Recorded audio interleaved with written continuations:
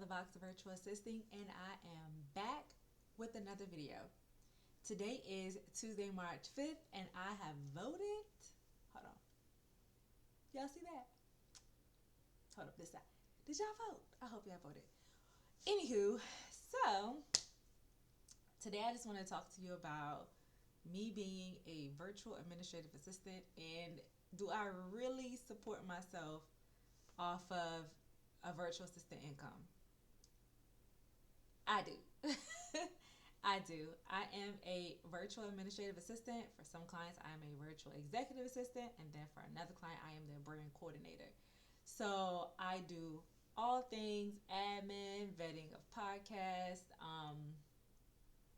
setting up meetings, scheduling meetings, setting up certain links for social media. Very simple graphics curation, not a lot. It's not something I enjoy doing, but very simple graphics creations. And I'm basically kind of like their right hand person. And I have been doing this. Excuse me, y'all. My eyes are itching. I have been doing this now for almost 4 years. This upcoming September, I have been self-employed for 4 years. It's like, wow, I can't believe I've been self-employed for almost 4 years. Like without a job. It's crazy when you think about it. Like I'm filing taxes. Like all this money was not from a job. Like it's a different feel. If you've ever been self-employed or you are self-employed, it's a different feeling when all the money that you're looking at, like a job didn't give that to you. Like you had to, you self-employed that. Like it's a different feel. It's a completely different feel. Anyways, so I am doing it. I have been doing it for a while. Um, are there the dangers of like possibly losing a client? Yes. Has it happened before where a client's business started to go under and they have to let me go? Yes. That is a reality, but I've learned that the time freedom piece that I have now, let me preface it this way by saying this. It does allow time freedom as far as if I need to make an appointment, if I need to work later in the evening or early in the morning, it does allow that freedom. Now, on the flip side, there are times when I'm working 12 or 13 plus hours in a day. It does happen. Because not only do I work my client's business, my business still has its own back end. It still has invoices. It still has emails. It still has like social media or YouTube. My business has its own work too. So sometimes me working on my own stuff will push me past like 5 o'clock or 6 o'clock. Sometimes people think, oh, you're self employed, so you can work whenever you want. In a way, yes, but in another way, no. Like I get text messages, I get phone calls, I get Slack messages, I get emails. Um, and you have to help them, and there's times where almost all of them are hitting me up at the exact same time. I lie to you not. It's like Slack, text message, one's calling, and I'm like, oh my gosh, and I'm in a meeting with one. I do have sometimes heavier meeting days than others. That's a reality. But the thing is that it does allow me to take my business with me. Um, I haven't set myself up yet where I'm able just to say, you know what, I'm taking a whole 3 weeks off of work and I'm just gonna like it's not set up like that yet because I gotta bring on a team. That ain't set up like that at this time. But um, I have learned that self employment it does give you so much space to set it up the way it can more so work for you.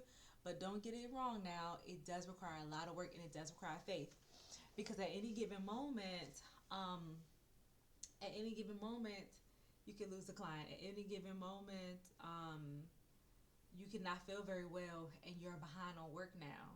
There's nobody to take your place. So there is no, I think I'm calling out today. Who? If I call out, who gonna do it? Nobody. Like all that work gonna sit there until who come back in, Brittany. Um, and so those are sometimes the downsides that people don't think about when it comes to being self-employed. And I do enjoy what I do, but it doesn't escape me that it does require a lot of work in order to make it work. I pay more on taxes than what I would have paid had I been an employee. So it does come with that, but overall, I'm in a good space in my business overall. It just requires, again, focus and sticking to what I know that I would like in the end for my business. So, I settled to say I am a single parent. I have been supporting me and my son off of self employment income only for almost 4 years. It is possible. I just want to encourage every mom, every uh, married mom, single mom, moms. Period. That's my heart is especially when it comes to moms because I know what it was like when the pandemic happened, not knowing how you're gonna provide for your family, and not knowing what you were gonna do, especially if the other parent is not active at all, and you know the responsibility falls on you. Because at the end of the day, I make sure my son eats. Now granted, I am a believer, so I do of course believe that God has my back and God has me and my son's best interest at heart. I also know that I am the primary.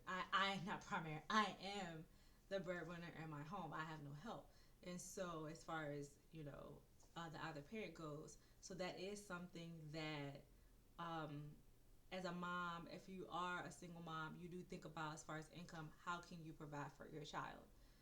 Please know that as a virtual freelance employee, I do support me and my son off of this income. Um, Glory be to God, we used to live in low income housing. We do not live in low income housing anymore. Um, I used to drive like an older model kind of car, which I was able to bless someone with that car, but I was able to purchase a brand new car straight off the lot, never been owned by nobody except for me. I was able to do that with virtual assisted income. I live in a two-bedroom, one and a half bath townhouse off of virtual assisted income. So people might be looking like, oh, so you're like making it off of it. I am. Now, I am looking for the overflow, the above and beyond everything you can ask, think, or imagine. I am looking for the overflow, but I am able to survive. And so I wanted to encourage every mom. I don't give food stamps. I make too much. So again, it is possible. I say all that to say it is possible for you to be a single mother or even a single father or an unmarried mother, unmarried father, maybe you're just dating, whatever the case may be. It is possible to make a living as a freelance virtual assistant, virtual executive assistant. Um, I also offer proofreading and editing as well. It is possible, and I want to encourage you with that. And so, as I continue to make videos, I want to make sure that I'm also sharing the story behind how I got to certain points inside of my business. And I just want to share one big thing that I think people forget about is connections. My top paying clients actually came from a connection with someone, and typically she watches some of my videos, but it came by me meeting her in a Facebook group and me kind of being under her wing. Has It allowed me to flourish in such a place that I was doing like really well, now, and slowly but surely, I've been able to lock in other clients on my own that I was not introduced via her, but I do have opportunities from connections, and then some of the connections I have now has actually pitched me to some of their connections. So at one point, I actually had a wait list, y'all. Yes, I actually had a client wait list. So it is possible through connections. Do a good job. Do what you say you're gonna do. If you can't meet a deadline, trust me, it happens. It happens. You can communicate that. You can, if you use a management system like Asana, Trello, or ClickUp, you can leave a note in there. You can, it's just communication. But just doing things with excellence and with all your might. Let me tell you, that is, I think we sometimes lose the sense of servanthood, is that when you serve well, people want to tell people about what you do when you serve well. Like, not just for money, not for monetary gain, but because I actually want your business to be successful. I actually enjoy serving you and serving your business. Like, that's the goal. So, anyways, I just wanted to encourage you, whoever's watching this, that it is possible to survive and to thrive off of what I do. I'm continuing to build more connections. I'm continuing to plow ahead, putting my hands to the plow, and I am pushing. So I just wanted to make sure that I shared that with y'all, and I hope to catch you in the next video. Make sure you like, comment, and subscribe. Press that notification bell, and I will catch you in the next one. Bye.